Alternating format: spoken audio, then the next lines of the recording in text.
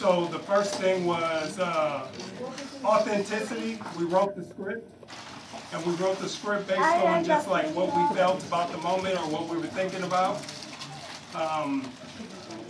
Does any do you guys know what authenticity means? Like quality of the video. You know, like something that's like it resonates with you, like it's something that's like real life. You know, like you're looking at something, you're like, man, I went through that before. You know.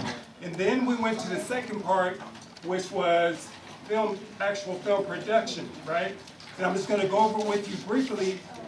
Film production, what you guys just did this year film, even everybody, I'm talking about the people who were the production assistants, even how you were helping bring that stuff, that job pays.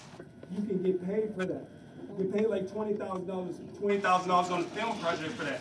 Now you got low budget film projects and independent film projects. That's what we did. We did an independent film project, right? But the way you build yourself up to go to Paramount or Universal Studios, any of those other places, is you continually do small projects like this. So a person that's an executive at one of these Paramount or other places will see it and say, hey, they'll look at the credits and say, oh, hey, I want that guy, that sound guy. See, somebody who's a director understands that everybody is important. Some people think like only the actor's important or only the director's important, you know, but a person who's making movies understands that time is money. When you're filming, you have a budget, you have only so much time, and you have to be mindful of how much you're spending and how much time you're spending. So if you have an assistant director that's keeping everybody on point, that person is valuable. So I'm just going to go over some of the jobs. Now the director, which was me, you know, $100,000 to $300,000 on an average film. You know, if it's a big blockbuster, to be more.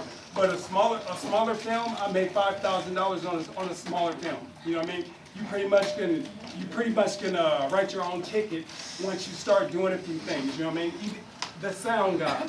If you're just doing sound, you don't have to do anything else. Everybody doesn't do everything. Everybody's not an editor. Everybody's not a writer. Everybody's not the sound guy.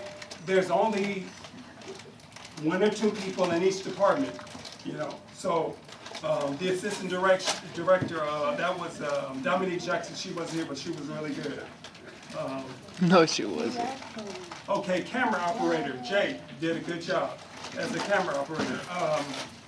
And you're still operating the camera. Now, he's somebody, for instance, he's somebody that operated the camera, he did good, he followed instructions, and then he put some of his own ideas in. So guess what? When I have a smaller project or something like that, I would be like, hey, where's Jay at? And he could make $100, $200. And when in the film community is small, like every community is small. Like if it's a bunch of, if you're a basketball player, you pretty much know all the ballers in the area. You know what I mean? You know, you're in film, you pretty much know some other film guys or some film people. So there's always somebody doing a project that could pay $200, $500, $1,000, $1,500, or whatever. You know what I mean? Sometimes the project may be a good project, and they might not pay anything, just lunch, but you just want to do it because you're building your resume up, which is what I'm going to show you in a minute. But a camera operator, what you're doing, Jay, pays $50,000. You make $50,000 per project, not per year. If a movie, like say this film shoot that we did it all. We filmed it in one day. Usually that would be probably like a 3-day shoot, even for a 5-minute short, right? Okay, so you might make $1,000 on that. But if you worked at Paramount doing that same thing, you will make $50,000 for a film project, and that project might be 3 months to 6 months. You see what I mean? So. And they have other like your assistant, focus puller, things like that when you have a bigger production. Key grip. I think you were doing. You had that right. Okay, that position is called key grip. Okay. Now, just like how we did that production, and then we never got around to it. You would still get paid. You would still get paid, and this position pays between $40,000 and $60,000. You know? Now, if you're working on a smaller production, of course you're not going to make $40,000, $60,000, but you might make $500 or $1,000, and then the more you do, the more you do, they're gonna go, oh yeah, where's that guy needing me as a key group? Because you're on time, you always gotta be on time, not playing around, not on your phone, things like that.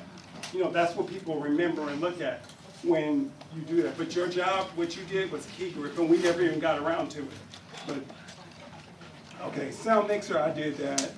Boom operator, he's not here. Oh yeah, there you are. Okay, boom operator, your position pays $35,000 to $50,000 a year just for holding the mic.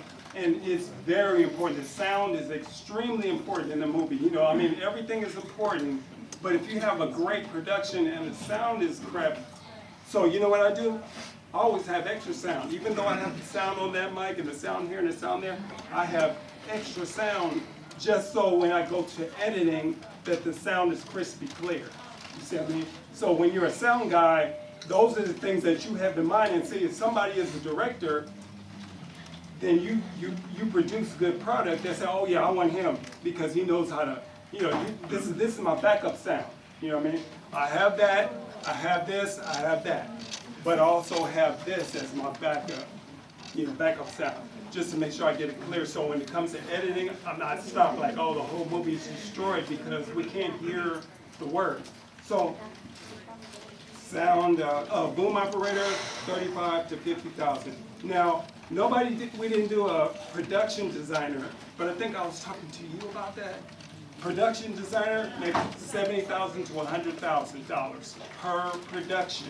And the reason why they pay so much is because see this room, it was already said we have chairs and we have, we already have, that office setting was perfect. But see, you would set something like that up. You see what I mean? We would go into an empty building, or we would go to they would actually build a film set, and then you would actually fill it all in with even the brochures on the counter, everything, you would make it look like. But that job pays $70,000 to $100,000. So that's something you can aspire to, the same thing, same with any job. They would look at you, as a production designer, and then on a smaller project, you might make 500 or 200, but it's extremely important because, say, the director, I don't have time to do that and do everything else. You know what I mean? Everybody has to do their job, right? Okay. So it kind of correlates with art director too, because you're putting things, the production designer, and you're the art director. You're making sure everything looks like you have stuff like this on the walls. It'll be your imagination. So you're basically like the set decorator. You know what I mean? Okay, the props master. Now we didn't have a props master, but you were a production assistant. Yeah, you were a production assistant. Remember I had that table right there? I had that table with all the cane and all that stuff on there, and I said, oh, bring me this, bring me that. Okay, that would be your job, right? Say if we had a movie that was a Western, like an old Western, shoot 'em up, bang, bang, you would have all the guns, the prop guns, the cowboy hats, just different things. So then the director, I would say, hey, we need some hats in here. You were running, you would keep track of all that stuff. You know what I mean? A props master makes between $40,000 and $60,000 per production. Okay.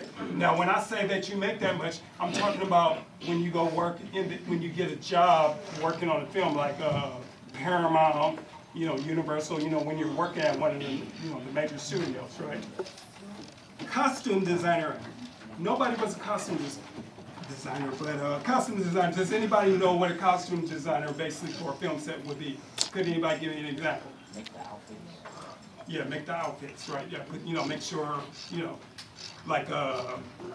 didn't have a tie on. I thought about it later, but I said, hey, it's all good. But things like that, you would be like, oh, he needs the tie. He need, that pays $50,000 to $80,000. Makeup artist, doing makeup, hair and all that stuff like that.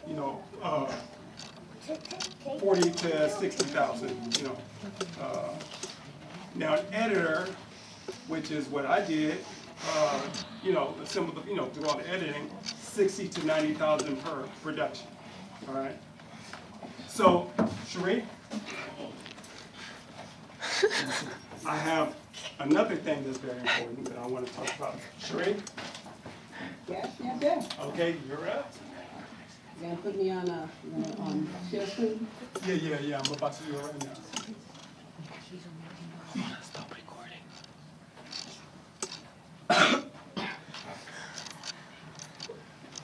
Okay, so you're on the screen now. Okay, all right. Well, Hi, I don't see you, but I see the class. Okay, cool. Okay, let me do this for 1 second. I have you spot lit. Okay, I can do that on, how's that? perfect. Now, this is, Okay, we'll get back, we'll get back. This Hi is guys, Sherry. how are you? How are you doing? She puts together, well, she does a lot of things. She's an actress. She put together my IMDb page. IMDb is like the Bible for the industry. If you are, Denzel Washington has an IMDb. Every actor, everybody who's somebody on TV has an IMDb page. But the cool thing is, you can have an IMDb page. So a producer in New York can look you up. Who is that kid? Look you up. Oh, okay, he worked on this. Oh, and look at the movie and see what you're writing. You can actually get hired. That's your resume. IMDb is your resume. So okay, you can go ahead. Sure, yeah, I mean, that's such a, you know what, I'm so glad this class exists. First of all, I am proud of you young filmmakers, young producers, young crew members, young actors. I'm really proud of you for getting started where you are in this industry. I hope you hire me one day, and that's what I expect. So, yeah, good job. I can't wait to see your film. I'm here to talk to you. My name is Sherry, and I'm here to talk with you, and you can call me Miss Sherry. I'm here to talk with you about IMDb and just how important it is to your career, whether you're producing, whether you're chief grip, whether you're costume designer, location manager, producer, director, etc. Okay? So I got a little something I put together for you. Okay, everybody, pay attention. Can everybody, hold on a second. Can you guys hear it? You guys can all hear it? Yeah. Okay. Could I stop recording? Okay, you can go ahead, Sherry. We're good? Yeah. Oh my god. Okay, cool, okay. Yeah, so a little bit about IMDb and IMDb Pro. And what I'm doing is I'm sharing everything I've learned with you about IMD and IMDb Pro. Because I want to share it because that's what artists do, that we share. Me, I am also an artist, just like you guys. I'm an actor, I produced on a couple of music videos, a couple of independent films. I've done one directing job, I've been second AD, so jack of all trades, so I'm just trying to learn everything I can. I have been, and I'm also, in my old life, I'm a counselor, teens, just like you guys.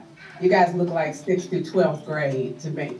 But yeah, so I'm really happy to be here. Thank you for having me. I've been in LA 7 years.